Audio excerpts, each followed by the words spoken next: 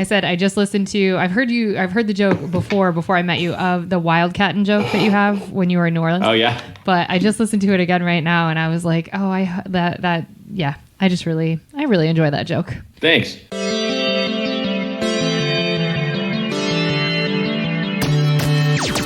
Oh, hi, you're listening to Service from Hell, a podcast featuring people that are currently in customer service positions or the lucky few that got out and all of the good, bad, and infinitely irritating things that go along with that work.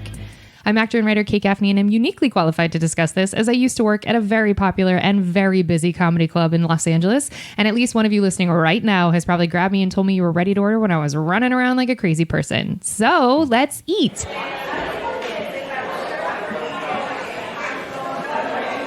I'd like to welcome our guest, comic and actor Matt Braunger. Matt is an internationally touring comic and has done stand-up on every late-night talk show that you've ever heard of in the whole of the history of the world. He's been on Mad TV, Upload, Blackish, Chelsea Lately, Up All Night, Marvel's Agent Carter, iCarly, Fuller House, and so many more that we couldn't get into all of them right here. Go to his IMDb. After all of those aforementioned credits, he was poised to record an hour in early 2020, but all the clubs shut down. No idea why. As Matt put it, quote, "Luckily, my job went away just in time for me to be a stay-at-home dad, which I did for a year. During that time, stage comedy came back and I threw away much of the original hour for what we now have, which is Doug," end quote. Matt's new comedy special, Doug, that I referenced before, premieres October 6th, so it's already out in the world, and it was on a platform called Moment, which I will ask you about in a moment. This new collection of material is a deeply personal hour of insane hilarity named after a terrible dad bro type of person. Doug is Braunger's masterwork. That said, what got you into acting? How much do you love being a comic? What's different about this special than others? Because I want to get into did you take on a persona and make it Doug, or are you talking about that? Like, what's your? It's a little bit of a thing. I hung on it as a name because it ends with a big story about this guy named Doug. And then it all basically gets wrapped up in a bow on this little, it's basically like a reveal. It's almost like a magic trick. Oh, okay. At the very end where I call. No, don't tell us. Don't tell us. I won't. No, Okay. Yeah, I won't. Don't worry. But I got into acting when I was like a little kid. My parents took me to a lot of plays. I loved performance. I'm an only child. I've always been like a class clown. I always liked attention. So it was like a natural thing. And I got into stand-up in Chicago when I moved there after going to college in New York. And it was kind of one of those things I always thought about, never really figured out how, and I fell in with a bunch of people who were uniquely funny in their own way. So it was one of those things. That's how it happened. And I love being a comic, but it's different, and it's got its downside. But yeah, I mean, I love it more than I don't love it, for sure. Okay, I'm going to go back to something you said earlier, but I want to reference something you've said in one of your specials. You said your parents never said no to your crazy dream of like wanting to get into this world, and you started as a young kid. So did you start professionally acting as like a little tyke?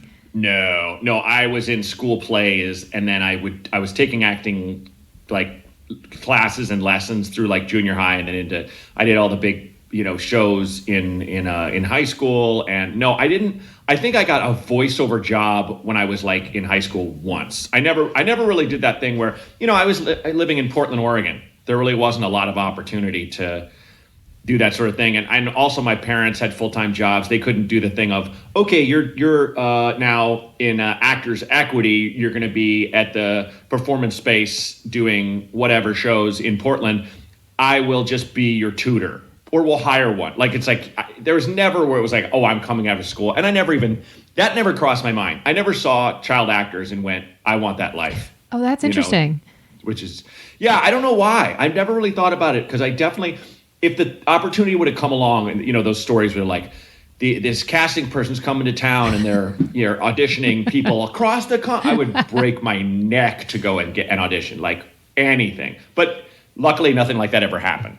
So, yeah. Okay, so you were exposed to it. What was the transition age where you were like, sort of like, okay, this is in my awareness. I know this is something that like is a job. What was the age where you were like, oh, I'm absolutely doing this job?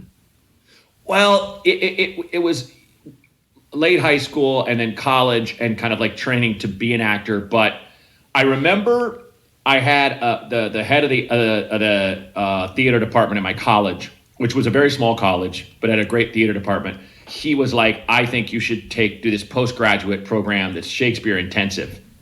And I remember being like, and it's like, yeah, it is the foundation of all modern theater, without a doubt, at least arguably so. But I was like, but I want to do other things. And I just see this. And I also was like, I don't want to saddle myself and my family with more debt here. I'm already coming out. You know what I mean? It was one of those things like, I can't put 2 and 2 together and make 4 in my head. I can't. So, I didn't do that, and I didn't go back to New York. I just decided over the summer, I talked to a friend of mine who I'd grown up with, and her parents were actors, and she kind of grew up in the field. She lived in Chicago, and there's like hundreds of black box theaters here doing really amazing work. And I kind of was like, oh, let me try that. And to be honest, a lot of that was just me being very scared of moving to Manhattan, because I had friends who lived there and were living in a box where the bathroom's down the hall. And I'm like, I can't. I just spent 4 years in a dorm. I can't. And so one of my best friends from childhood and I packed up and moved to Chicago together. And it was kind of a, futile exercise for me trying to break into the theater scene there. But I just started taking improv classes, and I made friends doing that, and just started doing open mics. But open mics is where I met the people that I still hang out with today, where it kind of was like, oh, that's my postgraduate thing. I always say, like, Portland, Oregon made me a person. Chicago made me a comedian, is the way I kind of put it. Okay. So, yeah. And so was there a piece of you that when you started doing open mics, because I've heard a lot of comics say that the second they got on stage, even when they bombed, they were like, oh, this forever. Did that click for you? I always say the worst thing that ever could have happened to me when I tried it, because I killed the first time. You did? That's absolutely worst. Yeah, well, I showed up with a friend of mine who was a comic. It wasn't an open mic. And the host was like, we're short someone. Do you want to go up? Rob says you're really funny. And, it all came out of Rob and I were both, he was kind of like we're still friends. He's a great guy, but he's definitely like a frat boy type. So we'd be riffing and he'd go, oh, I'm using that. And I'm like, no, but I said that. Yeah. And he's like, but you're not a comedian. I'm like, I am now. Like it was like, that's my joke. So we showed up together and the lady was like, do you want to go up? And I was like, I don't know. And she's like, you get 2 free drinks. And I was like, it's a deal. And I went over to the bar and I just started writing out an idea. And I kind of just went up there. I had some half-baked crap. And then, because I was heavier and I had hair to my shoulders and a goatee. And so I had some joke of, God, so it's so stupid, but it's such a joke of that era where you go, I know what you're thinking. It's always that looking at me. It's always like, you think so-and-so and so-and-so had a baby. Mine was, boy, Christ the Lord has really let himself go. and I said, it's not my fault. I eat 1 slice of bread, it becomes 5. Like, that was my dumb joke. And that did well. And then a really drunk lady walked out and was like, pointed at me and went, woo, like for no reason. And I was like, look, leave the light on. Daddy will be home. Like, I started talking to her like we were dating and we were like a big sex thing. Yeah. And people were cracking up. And I just rode that. But the thing is, I knew a lot of people in the audience. So then I was like, oh man, I got this stuff nailed. I got the blueprint. And then I go to an open mic after that and just ate it. It's just like one of those things you're like, but I was so... Damn it. No, none of... So it's that much more crushing. If you do it once and you eat, crap, yeah, sure, of course you do. Yeah. You don't have any sort of comfort on that stage at all. But yeah, so that's I basically started doing it almost on a dare. And so did you find that as an actor made you more confident for auditions and other things? Were there fringe benefits of it? Well, the one thing I always had going for me when I was young, when I first started doing plays, is I could improvise really well. And what I mean by that is there's no play you'll look at where it's like, you guys make this scene up, but things go wrong. Things go wrong in plays. I remember being in a one act in high school, and we had to wear all this like colonial, almost like these weird pants that snap on the side. And I had a thing where I fell over a chair or something, and I felt all the snaps just pop, like, and no one knew. But I'm like, I stood up and I'm just holding my pants, like with my hand, I'm pressing my hand to my leg as hard as I can. And then the other actor, the thing is like, have we reached a bargain? And he puts his hand out. And I was like, I said something like, before we seal the deal, my pants have come unsnapped. I must resnap. Like I made it a big, and it got huge laugh because everyone's like, oh, his pants are about to fall down. He has to fix them, and then he could then end the scene. But it's like, I remember people in high school saying that were like, I'm never afraid when Braunger's out there because if something goes wrong, he's going to make it like work. Like, and it wasn't anything I would do I'd go for a joke. It was always like, it was like patching up a boat where like a hole would sprig and you throw a line in that would explain, people come to the stage late. What's her name? Beanie. She's huge. She was in very, very popular right now. Very, very talented. She was in Booksmart. Beanie Fieldstein, is that her name? I'm bad at this game.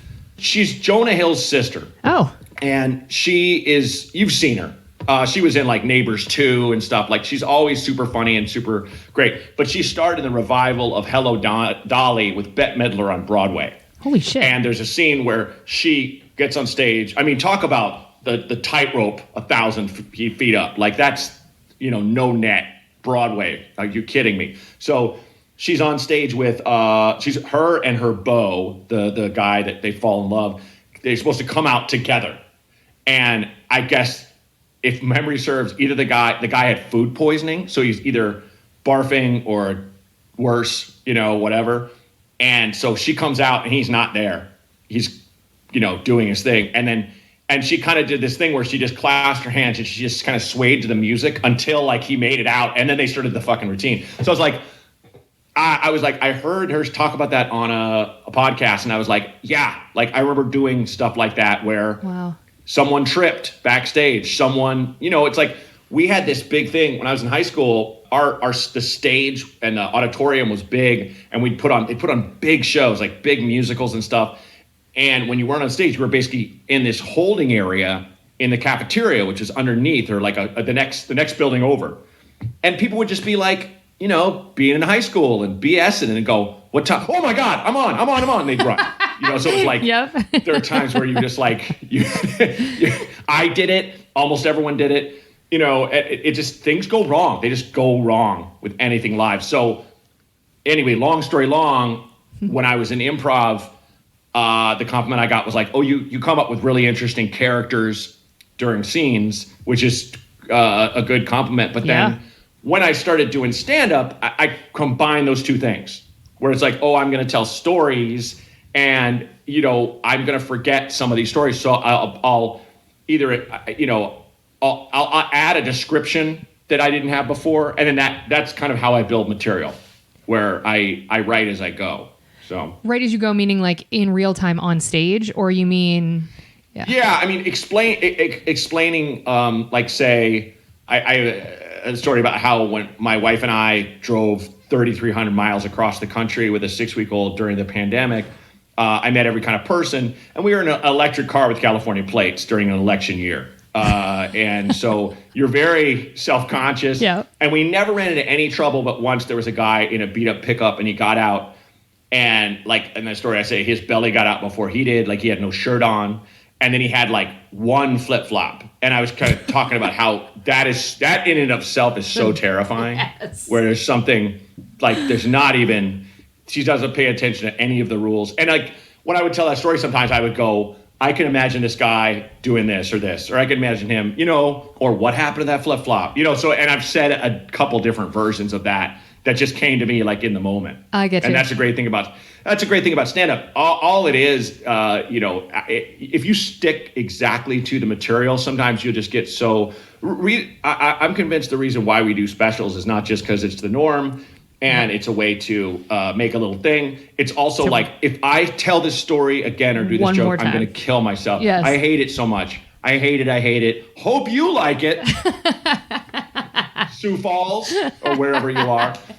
That's such a good, I hadn't even thought about that. Yeah, of course. Cause then it forces you to write a new hour, and writing an hour is an arduous, insane process. So you kind of want to, you want to, there was a guy who, I remember we would occasionally, when I was in Chicago, do guest sets at Zanies, which is this tiny comedy club on the north side. One of the only ones around there. Now there's more, thankfully. But it's a great club, really awesome. It's one of those things that like it's so enclosed and built so well that like you can really kill hard there, which is nice. But I remember I opened for a guy, did a guest set for a guy, and he just did this polished routine about being in a relationship with his wife or whatever that just crushed. And then he got off stage and he was shaking next to the bar, and I was like, he was like, so how long have you been doing it? And he looked like someone who was just like, is the heroin here yet? Did someone bring, like he was, like he was tweaking. Fiending. Yeah. And yes, tweaking. That's it, tweaking. But I realized looking back, he was tweaking because he's probably done that hour every at least 2-3 times a week for the last 10-15 years or longer. Where because that was. I came in with the last remnants of the guys from the 80s and, because mostly 90s, but there was still that thing of, because it is when you have an hour that kills, you just do that hour, but it's just like you have to learn to break out because A, you're going to get sick of it, and B, you don't want to be that guy. You don't want to be that person who is just like, it's every time we come see you, it's the same, Yeah. I like it, but so it's you should, you want to, but also you should want to, write new stuff. Yeah. And do you find, and we'll wrap up this section. I'm just so fascinated because you're talking, I love the process of it. So do you find that because this last special, it seems like you developed it during like COVID times, and you said theaters had started to open back up. Did you test any of the material on a Zoom audience, and was that different? I did, I did a kind of a newish hour on. I did one of those Zoom shows, like where I did a full hour, and it actually went okay, but I hated doing it. I did a couple Zoom shows where I did short sets, and those were shitty, just like all of them. But it's like it wasn't as bad as having to kind of do it. But it's like I was paid for that hour, so it's like okay, that's cool. And like when I did shows, I would try to do something where like once I was just dressed entirely in like 70s workout gear and I had another laptop and I was like, as they came in, I was like doing some routine. Yes. Like I'm teaching and I'm like, what do we have next? Comedy, right? So it was like, I love it. Okay. Like I did something. I remember I did Hot Tub once and I just read this. I had written this thing that was like the league of, oh God, sweaty wrestlemen, and it was like guys who like to wrestle in a pit where it's like I talk about how there's like they put 100 of us just in the ground and you have to wrestle your way out or something like that, and you can't wear anything but like shorts, one pair of shorts, and it was just me being angry because we're being shut down and I didn't understand why. I was so mad. I was like, okay, what's the most extreme thing? Because everybody was like, I don't want to wear a mask. I don't want to. I don't see the point. I should be able to go to movies. They should bring back college sports. Come on, just do it. I know it's not safe. Just do it. So I was like, what would be the most extreme? Okay, these guys are shirtless and fighting each other in a big pit, and it's just. And I talk about how the steam rises up, and but that's part of the ritual. And I was like, I'm just gonna read this, and you're gonna fucking listen. And I take my shirt off, and I'm getting all this stuff in the chat, and I click on it. And I remember Kyle Kinane was like, dude, put away your cheddar tits, and everyone's just like, put your tits away, and because Zoom had this thing where, or whatever streaming thing they had, this rule where no one could show their nipples, because it's like if women do, it's pornographic, but then there's a cis-born guy who identifies as female now. And, she or they take their shirt off. So it's this kind of, they're trying to navigate, but it just makes you realize how all of it and all of us are so stupid. Yeah. Like we're so dumb. Yeah. Yeah. there are women with that don't have ample chests, but they still have breasts, and it's like, like these definitions that we have. There are clearly men with huge, bountiful bosoms. Massive. Like we all know that. Yes, massive. So like it was just the weirdest, and I was like, I never got that the memo about. I never. So it's like I think I finally like turned it so you could, like whatever before I finished my thing, but. It was that spelled out how the weirdness of the era we were in. Yeah, God bless. I know Jackie Cation, who's been on the show before, she talked about how she developed her most recent hour exclusively via Zoom. And I was just like, I don't know how you did. Like, how did you? Anyway. I'm so impressed. Me too. So me too. Because I was like, that feels like a dystopian nightmare, but well done. Oh, yeah. Okay, well, folks, we hope you enjoyed your apps. We're going to move on to the entrees after a quick break.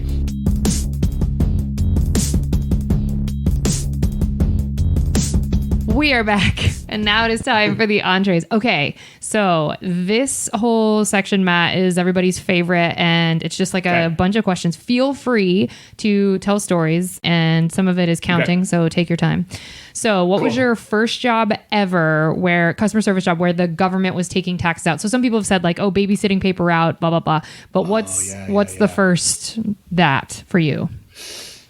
My first official job that I just sucked at was, for some reason, some guy hired me to loosely manage a small apartment building in Portland when I was in high school. High school? Manage. I wasn't collecting rent. I would vacuum the halls and I would water the lawn and mow it. And the guy, I remember I was fine at cleaning the hallways, all that jazz, but like this guy bought this new sod, and I would water the crap out of it, and not too much watering, but like I wasn't a gardener. He was cutting corners, parts of the sod that the sun wasn't reaching was dying, and so I got fired within like 2 weeks. So I can't even count that. But probably my senior year of high school, I worked at Rose's Ice Cream on Northeast Fremont. It's now gone. But that was an awesome job because I had a bunch of friends who worked there. I did the smartest thing you can do, which is get really heavy the year before you go to college. It's always smart. I tell these kids, just fatten up. There's no freshman 15. for the beginning of your adult sexual independence. Just really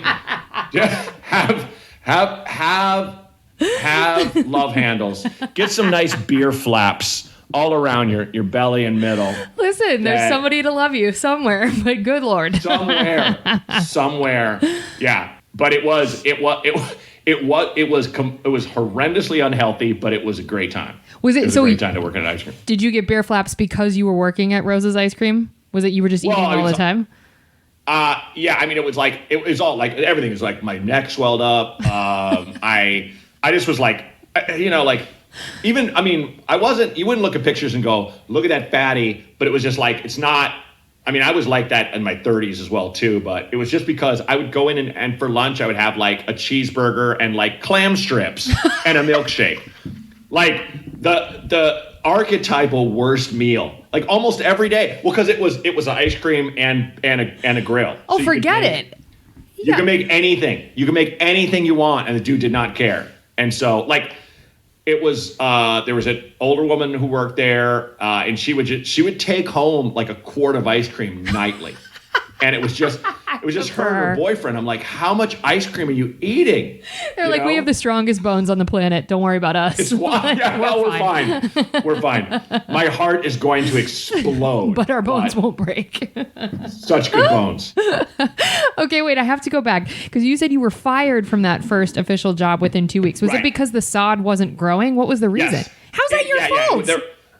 Well, it was also, I was being a, whatever I was, 15-year-old. I was biking around. I was hanging out with my friends. I'd be like, all right, I'll go buy the apartment.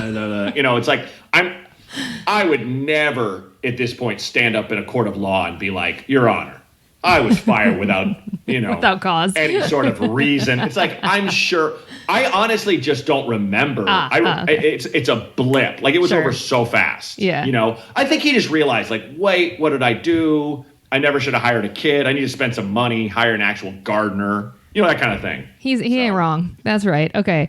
Yeah. So Rose's Ice Cream. So you said that was senior year of high school was the first time that served for you? It was. Did you then go back to that during summers after college or during college?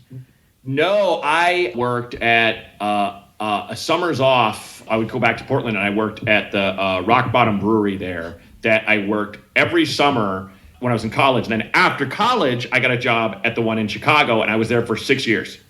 Ooh. So, yeah. Good for you. I just burped. Oh, it's okay. It's loud. Yeah. That's crazy. So did you get moved up in the ranks or were you just like, look, I need a job that's going to be another city? I was when I was in college, I was an expediter. I was a food runner. Oof. I want to say, let's see. You know what? No. Let me go back. So summer before college, I was at Rose's. Summer between freshman and sophomore year, if I'm not mistaken, it was either freshman and sophomore freshman and sophomore year. I worked in a greeting card store at the mall.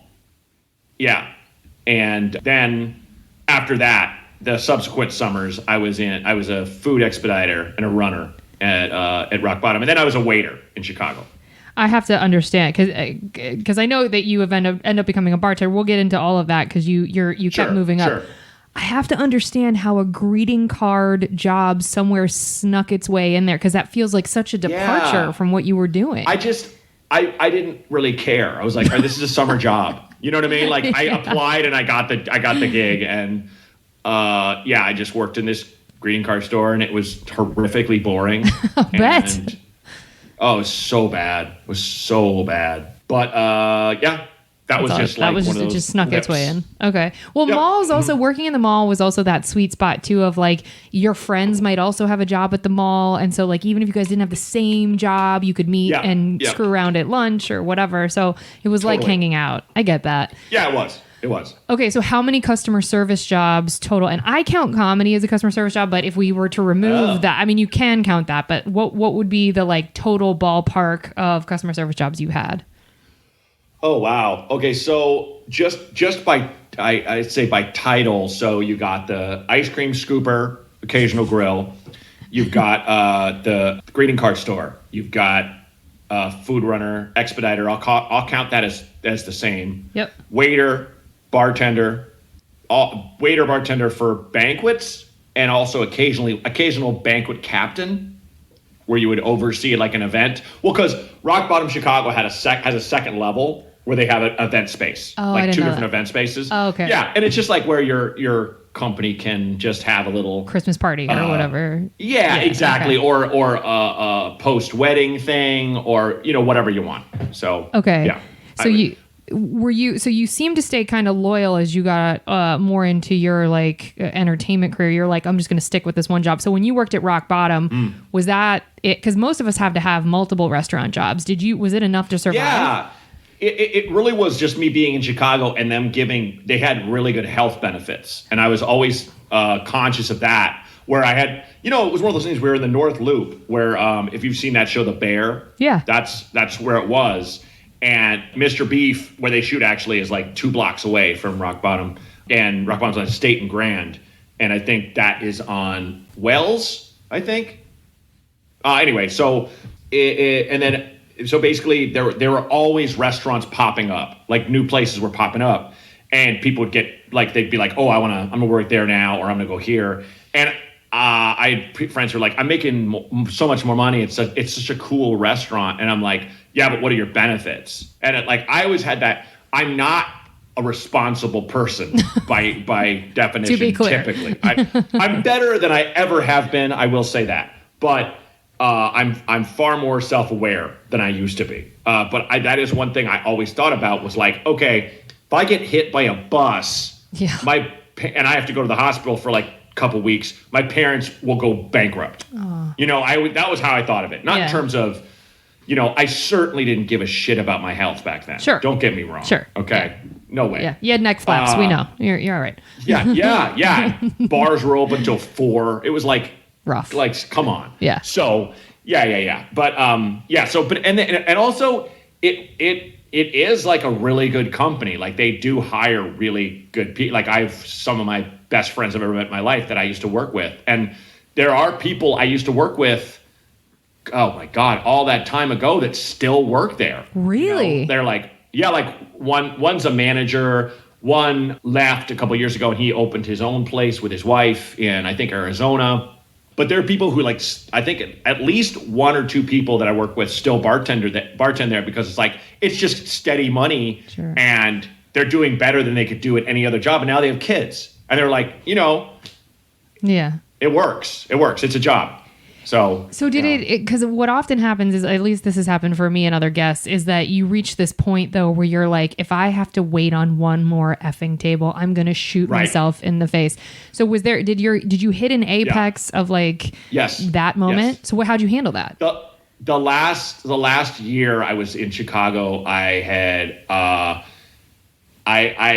had a relationship go kaput, and you know, it turned out to be a good thing, but it's like, it just kind of like was like staring down the barrel of my 30s and just going like, well, if I'm going to, you know, chase my dreams now, I have to, now's the time to jump ship. But I also was like, I was kind of phoning it in. I wasn't. People like picking up my slack and like, I got called on it. And I remember saying in a sales meeting, I was like, I'm really sorry that I've been this a-hole where I think, you know, I didn't say it like this, but, you know, at the time I thought like, this is so beneath me. I've been doing this too long. Sure. But it's like, the job still needs to get done. Why am I cleaning up your section? You know, kind of stuff. Sure. So like, you know, that was definitely an indicator. But then I came to LA and it's like, well, I'm still going to do it if I can. And so I, you know, cause that's all I know, you know, as a worker. And so I got a job I got hired at a fancy place in Santa Monica, and they fired me after a week. Nothing I did. They just were like, they actually overhired. I was like, okay, great. Whatever. You know, but I over those days, I was like, I don't even know if I can hack it. Like fine dining is crazy. It's crazy. And I'd come from like an Applebee's that makes their own beer. Like that's what what rock bottom is. And God bless them. I still love that company. I still love, like, they were so good to me. And like, you know, there's a reason I stayed there. Sure. You know, all that time. But so then I worked for an event company. So I would just put in my avails and it'd be like, I'd go bartend in somebody's house, or I would go, you know, at various events. Same kind of thing when I was working banquets in Chicago. And then I got a job as a PA because my friend was doing that. And I did that for 2 years for a production and it was brutal, but here's the thing, that job and the next job let me get to do what I do now, because the guy who was supervisor would be like, I would be like, I have an audition. He'll be like, I'll send you on a run and we'll put it down as, yeah. So I would come back and I would bust my ass. I'd do stuff you're not supposed to do in that job, like move furniture and, you know, crazy stuff and drive trucks I wasn't licensed to drive, you know, stuff like that. So it's like, I definitely put in my work. But then the last job I ever had, it wasn't service, but I was a closed captioner for the hearing impaired. My mother's an English professor. Grammar is something I can always nail. And so like I basically, it's a lot like editing. It's just stop, start. It was just, you know, pre-provided stuff, not live. Never. I was not the live captioner. And that was a job where, because you'd go project to project and they're like, this thing has to be, it's like this latest episode of like The Office or America's Top Model or whatever. It's like, we have to have this done by Tuesday. And you're like, all right. And you'd work on it and be like, hey, I have this audition. And they'd be like, okay, well, you got to come back in the weekend. I'd be like, cool. All right, I'll come back in for 3 hours. What a gift. Like, so it was like, it was a godsend, absolute godsend. And like, you know, it was nice to just have, it was an 8 to 4. It wasn't a 9 to 5, but it was like just to have that, because then I had nights. I could go do stand-up. Yeah. And, you know, I had a brief dalliance with looking at becoming a copywriter. I went to Leo Burnett and I interviewed there in Chicago, a massive advertising firm. And they really liked me and they wanted me to submit a portfolio. But everyone I talked to who did that were like, this is it though. This takes all of your creativity. you're not going to do stand up. And I was just like, well, then no. I know me. I know I'll get comfortable and I'll convince myself it's enough. And after a few years, I'll go, what did I do? Yeah. And then I have to start from zero again. So it sounds like you have a really good energy around you, but it sounds like you also have attracted a lot of people that are looking out for you in ways that you wouldn't have known at the time were massive. Like that guy when you were a PA being like, okay, I'll send you on a run. It's like people don't, it's what keeps artists being able to art in a city like LA where it's like, we don't get grants to just sit around and audition. Like we do have to have something to sustain us. So when people recognize that what you're doing isn't exactly goals, but you're still gonna work your ass off, but it's not goals, and they help you with that stuff, I'll stay loyal till I'm bloody. If you can allow me to audition, like that's such a gift. Well, it's also like, not that I don't want to say, everyone's rooting for each other, but we're rooting for each other more than most people admit. That's an interesting point. Why do you say that? Well, because it's like the archetype is like, we're all against each other. We're all out for ourselves. That's absolutely true. All we think about is ourselves. Yes, that's 100%. But like, put it this way, like when I'm on stage doing, when you're on stage doing comedy, the whole crowd is like, I hope this person does well. That's right. Yeah, that's right. Where, it's another thing if there's someone in your life who is like, I want to be the best ventriloquist ever, but they're terrible. And you're like, please stop. And I remember captioning like a celebration of this, the improv theater, Improv Olympic or IO I came out of in Chicago. I was only there for like a couple of years before, or 2 years before I just did full tilt stand up because I got kicked off my improv team. But that's because, I did levels 1 through 5 with Del Close, who basically invented improv, and then he died months later. They added level 6, and I'm like, I don't have time or the money. And they were like, well, you got to take it if you stay on your improv team. And I was like, all right, bye. See ya. So yeah, exactly. So, but I remember being at at Caption Max, the caption company, and they did this special about that, at that thing, and it had all these famous people, and I was around the same era of like Jason Sudeikis, and he was in it. And I remember, and I did improv with him like once, and he pimped me. That fuck.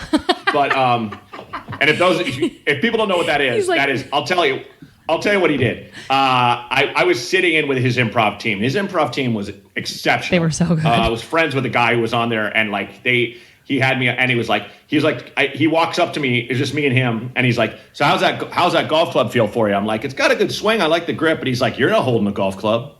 And now I got to be insane.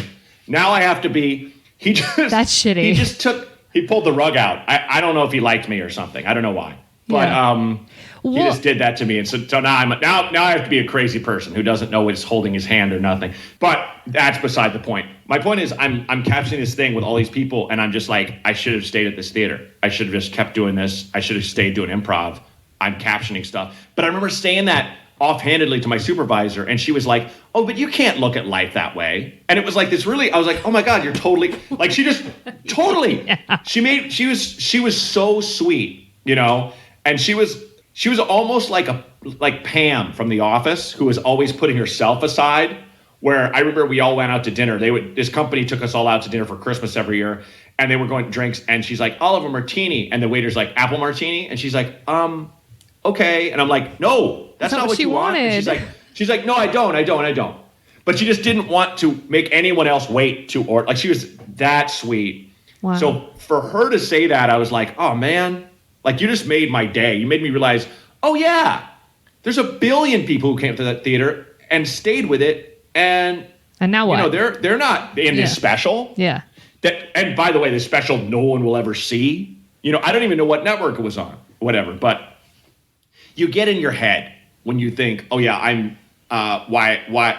what happened to me? What am I doing here? But it's like, yeah, like, it was really cool that she would let me go audition and stuff. But like, and it's also like, I think of that company, I think of Rock Bottom, and I'm just grateful. They were so awesome. And in both cases, really good health benefits. Shit. I mean, it matters. It matters. Oh my God. So now I know that there's a rock bottom in LA. So why not make the transition? Or maybe it didn't exist before. Like, why not? I don't think it existed. I think I also was like, it's time to get off that train. Okay. I can't work for this company. You know, I will say I had to, when I did, I went back to Portland, and then when I left Chicago and worked at the one in Portland for about a summer for about 4 months before I left. So I did a little bit post Chicago, but not much. But they were cool enough to be like, oh, I pick up some shifts. I mean, it was nice. You have a lot of people that really were rooting for you to stay in comedy. I mean, it's like the universe was like, you don't get a choice. Like, you have to do this. I'm very, very, very grateful. Yeah. It's wild. It's wild you put it that way, because I remember my first TV set I ever did was live at Gotham, and I didn't realize until I was in the makeup chair, but I just started getting so nervous. Aww. Where I was like, because it's like I'm only doing 7 minutes. 7 minutes. You're just like, how? And I went out there and I start just like talking way too fast, and I could see people's faces going like, and then there was a rainstorm that night. The power went out during my set, and I just went, whoa, it was a blackout. They're like, all right, everyone, stay where you are. And all right, we got a generator, lights up. All right, everyone, pretend you haven't heard anything Matt said. Oh my God. What a gift. You got to start over. It was beyond a gift. And I got into it again. And I'm like, all right, I'm relaxed. We're all laughing at the situation. I'm realizing I'm making it a bigger deal than it is. And I had a bit about how dehumanizing being a character actor can be in like commercials, because I went into this happened to me. I went to an audition, and there was a very pretty girl with the clipboard, and I'm like, hey, I'm here for it was like one of my early, I had not been in a lot of auditions, just like, oh boy, an audition, here we go. And I was like, can you tell me what I'm here for? She's like, what's your name? And I was like, Matt Braunger. She goes, yeah, you're here for the role of unattractive man. Oh my God. In my face. And that's the joke. And and how it just crushes your soul, like just your face and body. And so when it was just a joke about, it was at this point the Republicans were trying to throw Social Security out the window and or make it privatized, and AARP was making these ads where a guy is hitting on a woman again and again and again at a gym where she's trying to work out, and it was like, a bad idea is just a bad idea. That was the tagline, and so it's like, you can cast any guy for unattractive man. It's just, she just doesn't want to fuck him. That's all it is. So, but I didn't realize it at the time. But so I'm on stage doing that live at Gotham thing, and I remember and I go in there, and she said it was for the role of, and the lights went out again. And in the darkness, I went, Dracula, and it got a laugh in the darkness. And I was like. I said into the mic, none of this matters. And then I got another laugh. And then Daniel Tosh was hosting it. And if you've ever met Daniel, he is, if he finds out that you're a comedian, he is a peach. He's the nicest guy in the world. Everybody else, he's kind of a dick. And I say that with love. That guy has always been good to me. And he's very nice to, I would say, service people, like waiters and bartenders, things like that. Not, he doesn't even drink, but I just remember him backstage going off on the producer, like in the guy's, because of what happened to me. And he's like, and the guy's like, we're trying to fix it. He's like, don't try, fucking fix it. And I remember him yelling, I'm not worried about Braunger. He's going to roll with whatever happens. But there's an act that had a musical portion.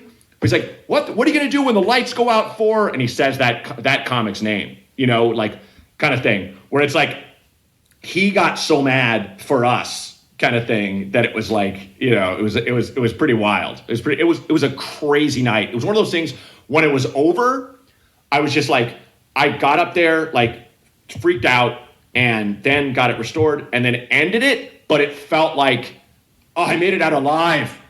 It was like being, I like just can I just go in the next room and drink until I can't stand. Like, this is bananas. And that was your first time doing stand-up on television? Yeah, if memory serves, that would have been early 2008. And I did, then at the end of the year, I was the last guest on Letterman. Holy shit. I mean, but see, I would frame that again. It's like, even though, okay, you couldn't have, like, a rainstorm, obviously, act of God, can't worry about that. And the power going off and whatever. But, like, the power went off so you could start over and, like, have the best set of your life on TV. Seriously. Like, the universe is conspiring to make you do comedy. It just keeps happening. Well, and it's like, I've since then I've done sets on TV that I did Craig Ferguson, and I can't watch that set. I hate it. Because I think it was like all the jokes are kind of half baked. It's okay, but it's like I don't even know if you can find it, so it doesn't even matter. But that said, I've had a lot of people. I've had people that have definitely tried to impede. You just definitely have that where it's just like, well, I'll be helped if I kind of screw you over here, kind of thing. It'll help me. But that's we all have it. We all have it. Always. Yeah. So it hasn't. These has all been like, fun, uplifting stories, and I have more of those than the bad ones, but like some of the bad ones I have, and I won't get into it because it's depressing, but like, and I just go, oh my God. Yeah. So. Well, I mean, I guess the good with the bad, but just the stories that you've presented, I'm like, it's lovely that you have enough people around you that were like, at least you had enough of the product. Yeah, that's true. That's true. Yeah. So, okay, what was your favorite job of all of the customer service jobs you've listed? Obviously, we know comedy's your favorite, but like that doesn't get to count in this.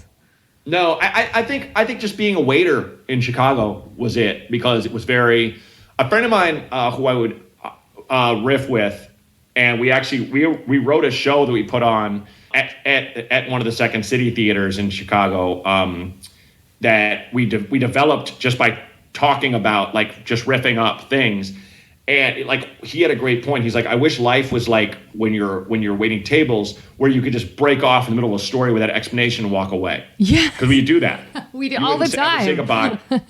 Totally. More than understood, more than forgiven. Yep.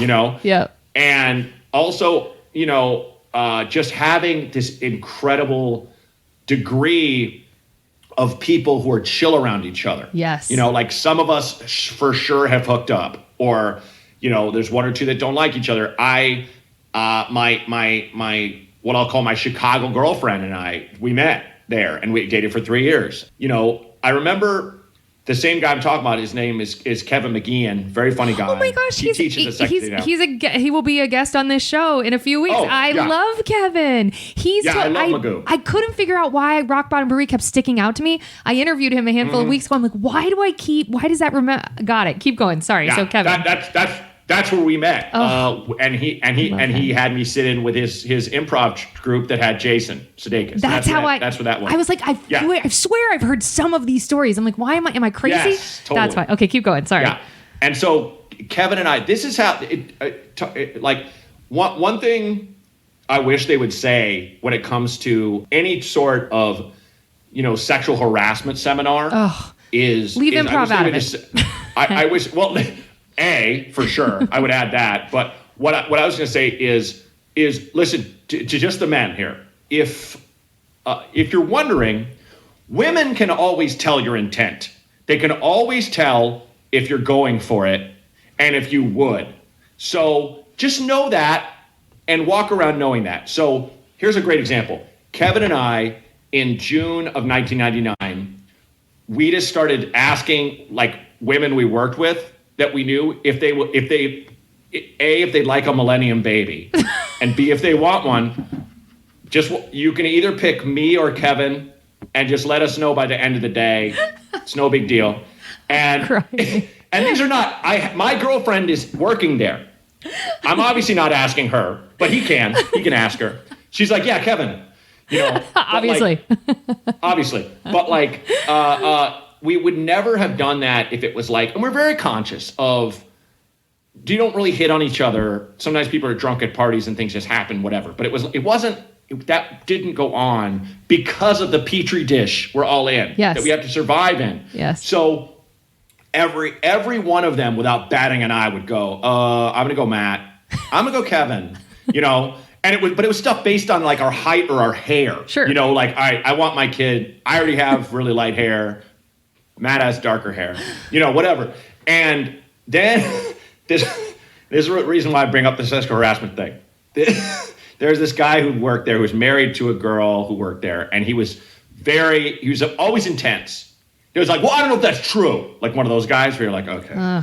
And so he decided, he's like, you can pick me. Hey. And every girl's like, hey man, can you not? Like really, and because you could tell he wasn't that happy in his marriage, and they had a kid, and he really wanted to hook up with someone else. Like it was very obvious, where I really feel like Kevin and I basically were gay to all these women. Sure. You know what I mean? You were non-threatening. Like there was no, so it was just like, they just be like it was just a way for them, oh, good, I don't have to think about work right now. I get to choose 1,000% a father of my child. No offense, Kevin's in way better shape. Like, I get it.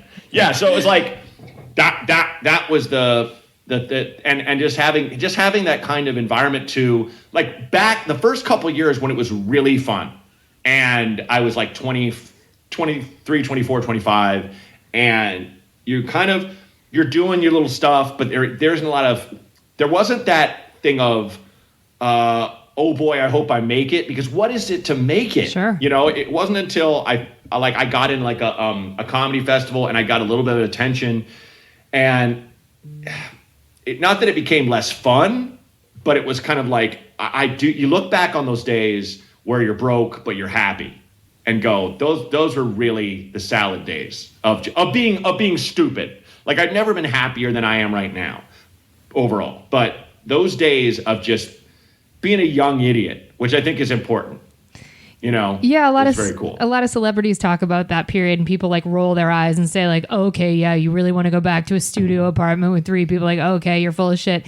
But then you actually listen to them on enough interviews, and you're like, oh yeah, but they could like go to the grocery store and it was no big deal, and they could like live their lives in a different way, and they could be idiots. And so there is a piece of that where you're like, oh, I get it. I was listening today to Scarlett Johansson on Armchair Expert with Dax Shepard, and like, she's so famous. She's like, beyond. And I remember seeing her, God, maybe 8 or 9 years ago, at a little restaurant, a little like sandwich shop, and she had this massive dude with her who's obviously security, and they're both having sandwiches. And I remember and she had a hood up, and my thought was, she's so little, and like, it's got to be so hard to, and I'm sure she's adjusted well to it, but it's like, when you say like, oh, when people are like, it's like, I don't think celebrity necessarily is something to be jealous of. We think it is, but it really isn't. I don't want that kind of attention. And scrutiny, and I don't need it. I had a weird set on Saturday. Friday, I had to throw 2 dudes out, and I never have to do that. And the club I was at, it's called Laugh Camp. They are in St. Paul. They're very small. They're barely holding on. You can tell they don't have. Well, they're not barely. They don't need security. But these 2 dudes in their 50s would not shut up. And I snuffed them out as much as I could, and I finally just went, "You guys gotta go." And this is the Midwest. People like their drinks, they like their good times. So people were screaming at these 2 guys. One guy stood up and was yelling at it, like a little 20-something alpha surfer type dude is like, "I'm gonna fuck you up," like yelling at those guys. It's all in the darkness. And I'm like, "You guys gotta go." And the bartender finally taps him to get out. And everybody was like, "Oh, you handled that so well." And I was like, "Oh, thanks." But like, I didn't really let it wash over me enough. So when I did the first show the next night, I kept missing beats in my act, and I kept screwing up jokes. And I remember saying to the audience, like, "Sorry, I'm dealing with a thing. Blah, blah, we're gonna get through this." And I finally got some stuff out, and I won them back. But it was like, I think about that set, it was days ago, almost every minute since I've gotten back, and I'm just like, I feel shame, and I feel anger, and I feel like, listen, don't feel bad for me or anything, but it's just like, I'm just sharing this with you to let you know, like, that was 1 hour of my life, and people wrote me, like I had someone write me on Twitter like, hey man, are you okay? About it. It's one of those things where, but if that messes me up, think if someone started a rumor and I looked at the National Enquirer and it was like, something about like, I don't know what, I couldn't handle it. Yeah. When like something like that bounces out of my control, it's hard enough on me. I think what I'm saying is I'm too sensitive to be a movie star. I think that's what I'm saying to you right now. And that's the reason you're not, is your sensitivity. They interviewed you and they were that's like, the only reason. That's the only reason. I'm with you on that. Yeah. Thank We've you. chosen Thank it. you. We've chosen, and good for us. Like, we're heroes. I'm dying to be cast in one of those giant movies in a huge role just to make people go, who the fuck is that? Who's that? Well, I had a friend who transitioned from like, she was kind of like riding that middle to now she's doing very, very well. And she said, like, she's like looking back at the top of the mountain. She goes, once you get there, you're kind of like similar to what you had said about like, once you check the box of the thing that you always wanted, if you get the thing you've always wanted and you don't have a goal beyond the goal, there's a prison in that too of like, well, now your goals, other people are deciding. They're like, now you're doing this, now you're doing this, now you're doing this. And you're like, wait, I had autonomy on the hustle and the ride up. And now I don't have any autonomy. And now I'm like, oh, fuck, I don't like, I want to make a choice and I can't. And anyway. Yeah. Chaos. That's wild. We've talked ourselves out of being A-list movie stars. Good job, us. Okay. So, yay. Did you answer which was the favorite? Did you say what the favorite job was? Waitering. Waitering just in general in Chicago. So not specifically Rock Bottom, just in general. But at that time, I said, yeah, I'll say that. And I will say there are people listening who are like, but why didn't you like bartending more? And I always say, because when you're a waiter, you can walk away. I just was saying, because as a bartender, you're in prison. You have to talk to everybody. Yes. You have to ask to pee. My wife doesn't understand me. Really? Here we go. Go on. Go off, buddy. Go off. Okay. When you're a waiter, you're like, I got to get the cake for this kid's birthday. I gotta. I'm sorry about your wife and how she doesn't listen, but I'm not gonna listen either. Okay. Nope. Was your least favorite then bartending? Would you say, or what was your least favorite? Least favorite was